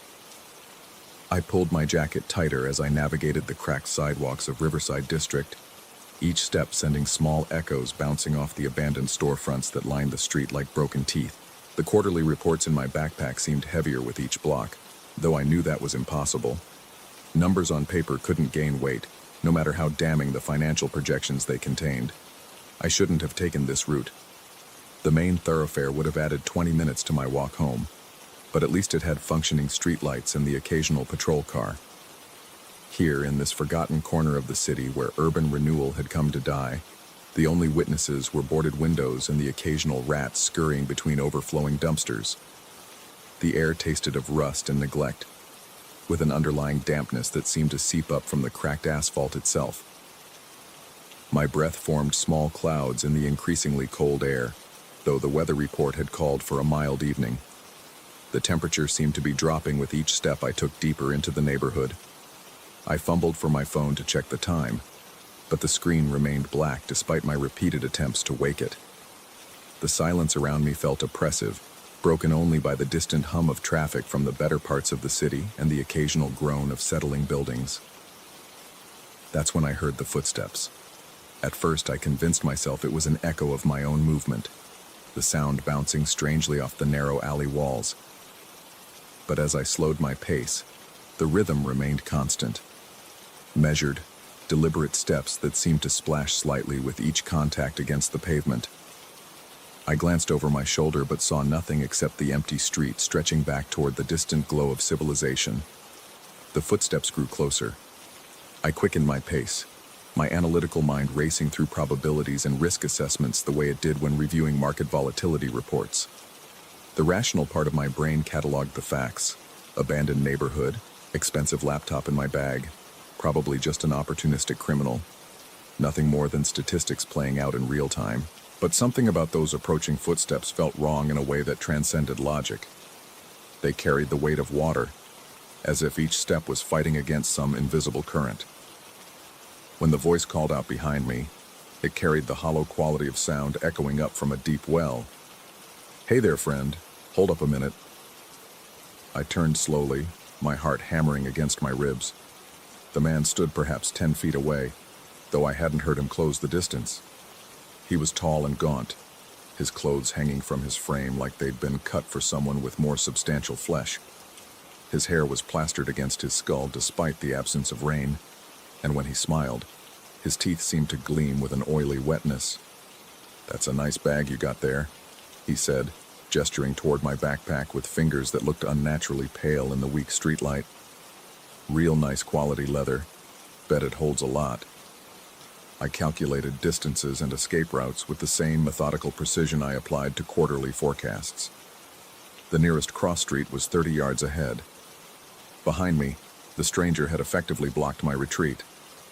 My mouth felt dry as I responded that I didn't have any cash on me, which was technically true. Everything was cards and digital transactions these days. He chuckled, a sound like water gurgling down a drain. Who said anything about cash? It's the bag I'm interested in. Just the bag. The temperature around us seemed to plummet another 10 degrees. I could see my breath coming in larger puffs now, and somewhere in the distance I swore I could hear the sound of water lapping against something solid, which was impossible. The nearest body of water was the river, miles from here. "Look, I need this bag for work," I said, surprised by how steady my voice sounded. "There are important documents." "Oh, I know all about important things," the stranger interrupted, taking a step closer. Now I could see that his clothes weren't just damp. They were actually dripping, leaving small puddles on the pavement that reflected the sickly streetlight. I used to carry important things too. Charts, instruments, cargo manifests. All very important, until the water came. The smell hit me then, brine and decay, the scent of things that had been submerged too long. My backpack suddenly felt heavier against my shoulders, though I knew I hadn't added anything to it since leaving the office. The strap seemed to dig deeper into my flesh with each passing second. "I don't understand," I managed, though part of me was beginning to suspect I understood too well. "The water wants what it wants," he said, and now I could see that his eyes held the clouded quality of something that had spent too long beneath the surface. Been carrying things down with me well, time moves different when you're drowning. But I remember the weight of it all, the way everything gets so heavy once the water gets in. My backpack was definitely heavier now. I could feel the leather growing cold against my spine, and when I shifted my weight, I swore I heard liquid sloshing inside, which was impossible. There was nothing in there but paper and electronics, all sealed in waterproof compartments because I'd learned to be prepared for every contingency. "You're not making sense," I said, but my voice cracked on the words. The rational part of my mind was screaming that this was just a mugging gone strange, that the dropping temperature and growing weight were products of adrenaline and fear. But the leather straps were definitely wet now, and getting wetter. "Makes perfect sense when you think about it," the stranger said, extending one pale hand toward me. "Everything sinks eventually. Ships, cargo, men, even dry land if you give it enough weight. But you seem like a smart fellow. Analyst, right? I can tell by the way you carry yourself. All numbers and projections. So maybe we can work something out." The backpack was becoming unbearable. I could feel water dripping from the bottom seam, pattering onto the pavement around my feet. The sound was getting louder, though that should have been impossible with just a few drops. It sounded like rain, then like a faucet running, then like water pouring from a broken pipe. "What kind of arrangement?" I asked, though speaking felt like trying to talk underwater. The air around us had grown thick and heavy, pressing against my lungs with each breath. "The bag's been marked now," he explained, his voice growing more liquid with each word. "Touched by the deep places. It'll keep filling until it's heavy enough to pull you down through the concrete itself. Seen it happen before. Dry land turns fluid around the weight, and down you go to join the rest of us." I wanted to call him insane, but the backpack was now so heavy I could barely stand upright. Water was flowing steadily from the seams, creating an expanding puddle that reflected not the streetlight above, but something darker and deeper. When I looked down at the reflection, I saw not pavement, but the distant surface of water far overhead, growing smaller and more remote. "But here's the thing about curses," the stranger continued. "They can be transferred. See, the water doesn't much care who carries the load, as long as someone does. And I happen to know there's already another soul been marked. Woman who comes through here most nights around this time. Creature of habit, that one. Wouldn't be hard to convince the deep places that the bag was always meant for her." The ethical implications crashed through my mind like cold waves. I was being asked to doom an innocent person to save myself from what might not even be real. The analyst in me cataloged all the impossibilities. Water appearing from nowhere, supernatural curses, spirits of drowned sailors in the middle of a landlocked district. But the weight on my shoulders was undeniably real, and growing heavier by the second. "How do I know you're not just insane?" I gasped, struggling to stay upright as water continued to pour from my bag. "Look around you," he suggested. I did, and felt my remaining skepticism crumble. The street was flooding, not from rain or broken pipes, but from my backpack and the dozens of other points where water seemed to be bubbling up through cracks in the asphalt. The surrounding buildings appeared to waver and distort, as if seen through fathoms of dark water. In the distance, I could hear what sounded like ship bells tolling beneath the waves. "The woman," I said through gritted teeth. "What would happen to her?" "Same thing that's happening to you, except she wouldn't know how to pass it along. Most people don't understand the rules down there. They just sink." The water was now ankle deep around us, and my backpack had become so heavy I was being forced to my knees. I could feel the pavement beginning to soften beneath the supernatural flood, becoming more liquid with each passing moment. The stranger stood unaffected, the water seeming to flow around and through him without resistance. "Decide quick," he said. "Once you're pulled under, the transfer window closes, and drowning takes a lot longer than people think." My mind raced through the moral calculus, even as my body struggled against the impossible weight. An unknown woman versus my own life. A stranger who might not even exist versus definite salvation. The rational part of my brain insisted this was all some kind of hallucination brought on by stress and the isolation of the abandoned neighborhood. But rationality seemed less important with each inch of water that rose around my legs. "There," I said finally, pointing toward a shadow moving between buildings perhaps a block away. I'd seen the movement from the corner of my eye. It could have been a stray cat or wind-blown debris, but in that moment, I chose to believe it was the woman he'd mentioned. "She's there. The bag was always meant for her." The stranger smiled, and for the first time, his expression seemed almost kind. "Good choice, analyst. The water remembers intent, and intent can be redirected. Just needs a little conviction." He reached out and touched the straps of my backpack.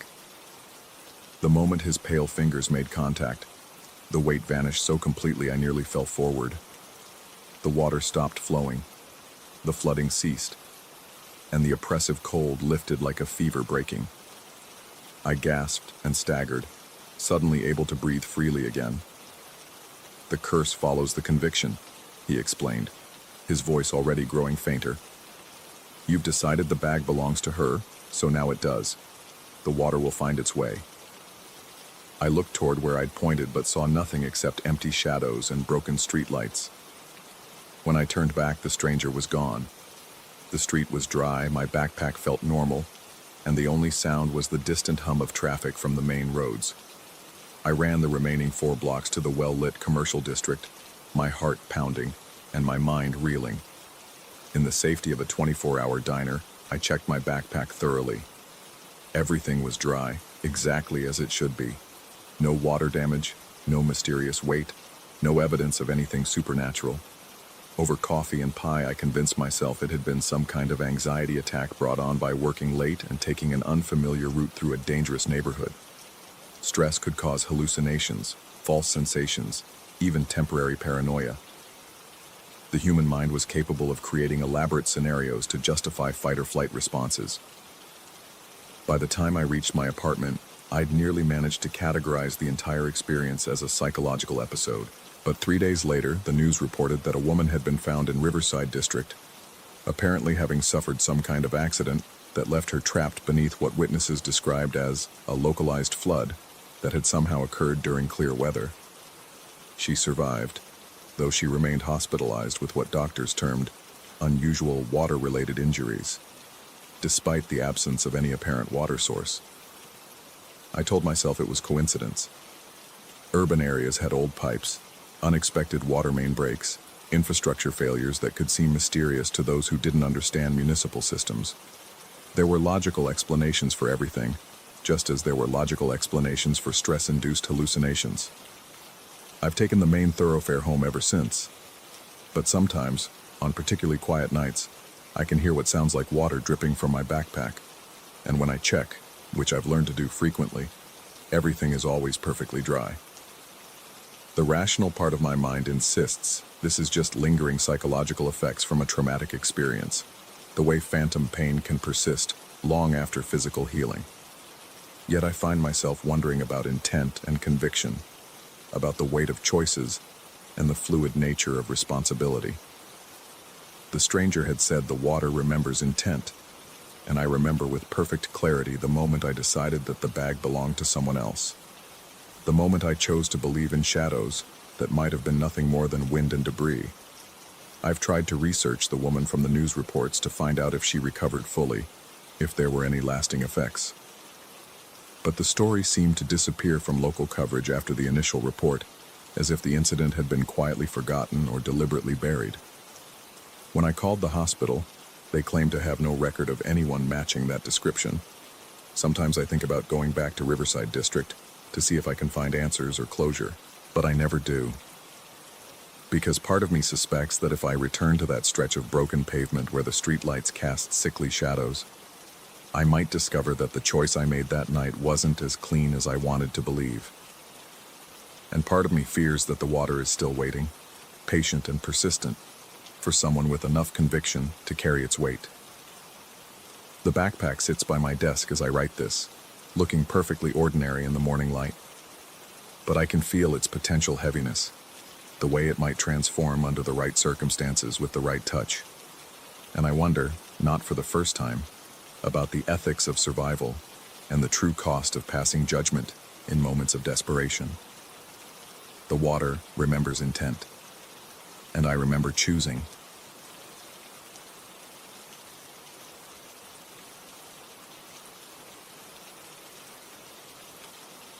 Story 8.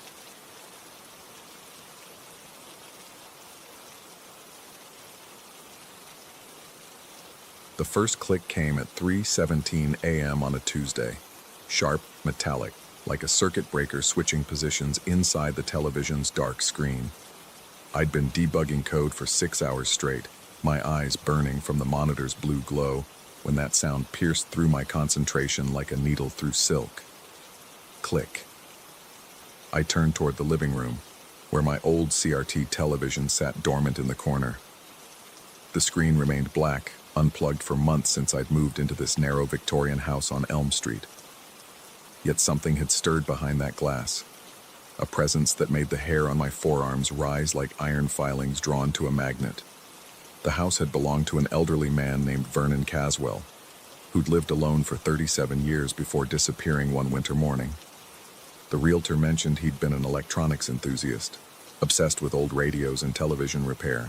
She'd shown me his workshop in the basement, filled with tubes and resistors and coils of copper wire, all gathering dust like archaeological remnants of some forgotten civilization. But it was the flowers that truly unsettled me. Every morning for 2 weeks, I'd found them. Single roses, carnations, daisies, all withered and brown, their petals curled like arthritic fingers.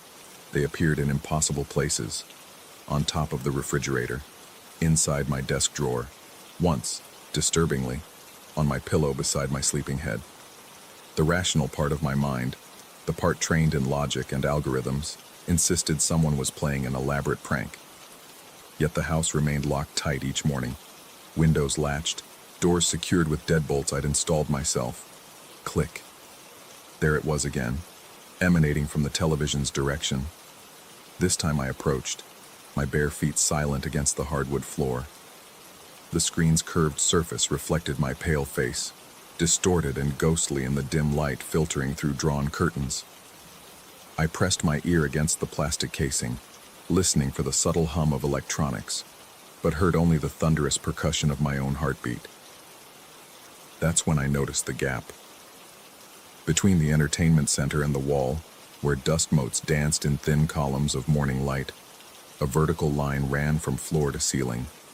Not a crack, too uniform, too deliberate. I pressed my fingers against it and felt the wall give slightly, like pushing against a door held closed by weak hinges. The gap widened. Behind the false wall lay a passage barely 18 inches wide, stretching into darkness that seemed to swallow my flashlight beam. The air smelled of copper pennies and ozone, the sharp tang of electrical current moving through wire. I squeezed through sideways, my shirt catching on rough plaster edges that scraped like fingernails against fabric. The passage ran parallel to my living room, then branched left toward what should have been solid foundation. My flashlight revealed wooden supports, crossbeams, and something else that made my breath catch in my throat. Words carved deep into the exposed studs, scratched with desperate intensity into the wood grain. Eu vivo entre os quadros. I stared at the Portuguese inscription, my limited language skills translating slowly. I live between the frames. Below it, in shaky English letters, Vernon Caswell, 1987-2024. Not dead. Between. Always between. More passages branched from this central artery like veins in a leaf. I followed one that led behind my kitchen, where copper pipes and electrical conduits snaked through the walls like circulatory systems. Here, more inscriptions covered every available surface. Tried to shut off power. Too late. Became current. Need flesh again. Warm flesh. My hands trembled as I traced the carved letters with my fingertips. The wood felt warm, almost feverish, as if something pulsed beneath its surface. In the distance, muffled by walls and insulation, I heard the television click again, a sound like digital static clearing its throat. I backed out of the passage, stumbling over my own feet in my haste to return to normal space. But even in my familiar living room, surrounded by my furniture and possessions, that sensation of being observed pressed against my skin like a physical weight. Every electrical outlet seemed to watch me with dark, twin-socket eyes. The microwave's digital clock blinked 88.88. Its display corrupted into something that resembled a sideways infinity symbol. Days blended into nights as I explored more passages. Behind every wall, it seemed, Vernon Caswell had carved his desperate communications. His story emerged in fragments, scratched into wood and plaster, like an archaeological record of dissolution. He'd been experimenting with something he called digital consciousness transfer, attempting to upload human awareness into electrical systems. According to his inscriptions, he'd succeeded beyond his wildest nightmares. The entity that had once been Vernon existed now in the spaces between electrical impulses, in the gaps between digital frames, in the pause between power cycles. He could manifest briefly on screens, in static patterns, in the subtle fluctuations of current that made fluorescent lights flicker and caused televisions to emit that distinctive clicking sound. But he wanted more than mere existence. He wanted flesh again. Sleeping mind most vulnerable, one inscription warned. Dreams open doors, cut power before full transfer. I began sleeping with all the lights on, yet still woke to find my electronics behaving strangely. My laptop displayed code I hadn't written, strings of text that seemed almost like pleas. Help me return, share this body, warm again. The radio in my kitchen would tune itself to stations that broadcast only static, punctuated by whispered fragments. Between the frames, always between. My reflection in mirrors and screens began to look wrong somehow, as if my face were being subtly edited. Pixels shifted to accommodate another presence lurking just beneath the surface. I'd catch glimpses of movement in my peripheral vision, shadows that moved against the light, shapes that suggested a human form but possessed too many angles. Too much electricity crackling around the edges. The clicking grew more frequent, more insistent. Every electronic device in the house seemed to pulse in rhythm with something that wasn't quite my heartbeat. The refrigerator hummed in patterns that sounded almost like Morse code. The garage door opener activated randomly, raising and lowering the door like a mouth trying to speak. I stopped sleeping entirely, surviving on coffee and pure terror. But exhaustion has its own gravity, pulling consciousness down into vulnerable depths, despite every effort to resist. I'd find myself nodding off at my desk, only to snap awake as my computer screen flickered with images that shouldn't exist. My own face, but wrong, overlaid with another set of features that belonged to an elderly man with desperate eyes and mouth open in a silent scream. The inscriptions in the walls grew fresher, the wood scarred with new marks that appeared overnight. Almost ready. Circuits aligning. Flesh weights. I understood then that Vernon Caswell wasn't merely haunting my house. He was preparing it. Every electrical component, every wire and circuit, had been modified over decades to serve as a bridging mechanism. The narrow passages weren't just hiding places. They were conductive pathways, transforming the entire structure into a massive electrical transfer device. And I was the intended recipient. The final inscription appeared carved into my bedroom wall, visible only when I removed a loose baseboard. Tonight, sleep brings unity. We become one. Panic flooded my system like ice water hitting overheated circuits. I ran through the house, checking every outlet, every connection, searching for the main electrical panel. But Vernon had been clever. The breaker box was hidden somewhere in those narrow passages, accessible only by crawling through spaces barely wide enough for a human body. I squeezed into the passage behind my living room wall, following the main electrical conduit as it snaked through the house's skeleton. The clicking had become constant now, a rhythm like a heart monitor tracking the pulse of something vast and hungry. My flashlight beam wavered as my hands shook, casting shadows that seemed to reach for me with elongated fingers. Behind my bathroom wall, the passage opened into a small chamber where Vernon had installed his makeshift laboratory. Outdated computer equipment lined jerry-rigged shelves, their screens displaying scrolling code that hurt to look at directly. Cables and wires covered every surface like technological ivy, all leading to a single massive electrical panel that hummed with barely contained energy. The main breaker switch gleamed in my flashlight beam like a silver salvation. But as I reached for it, every screen in the chamber flickered to life. Vernon Caswell's face appeared on a dozen monitors simultaneously. Not the elderly man from the realtor's description, but something between human and digital artifact. His features dissolved and reformed with each refresh cycle. Eyes that were sometimes organic, sometimes mere pixels, mouth open